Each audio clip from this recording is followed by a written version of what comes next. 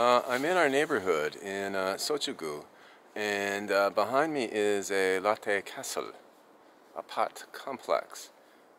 This is a rather upscale apartment complex.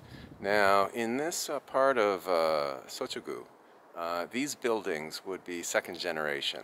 If you watched my earlier videos, you'll realize that building really started in this part of Seoul, that is south of the Han River, Gangnam, in the 1970s. That's when it started. Before that, there was basically a lot of farmland, a lot of a lot of rice fields, small patches of forest, a few small villages, and a little bit of industrial activity around Yeongdongpo and that area.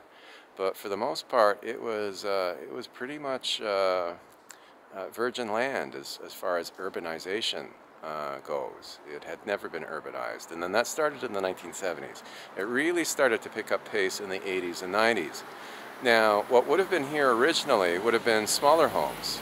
These buildings are not that old. They're maybe around 20 years old, possibly not even that. So they would have replaced older buildings that only would have been 10 or 20 years old themselves.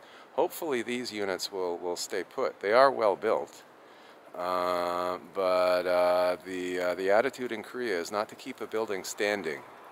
It's not like North America, where you can find old, beautiful apartment buildings that have been up 100 years or longer, and people tolerate some of the quirkiness of these old buildings because they like the sort of ambience of them. Here the attitude is, if it's old, knock it down.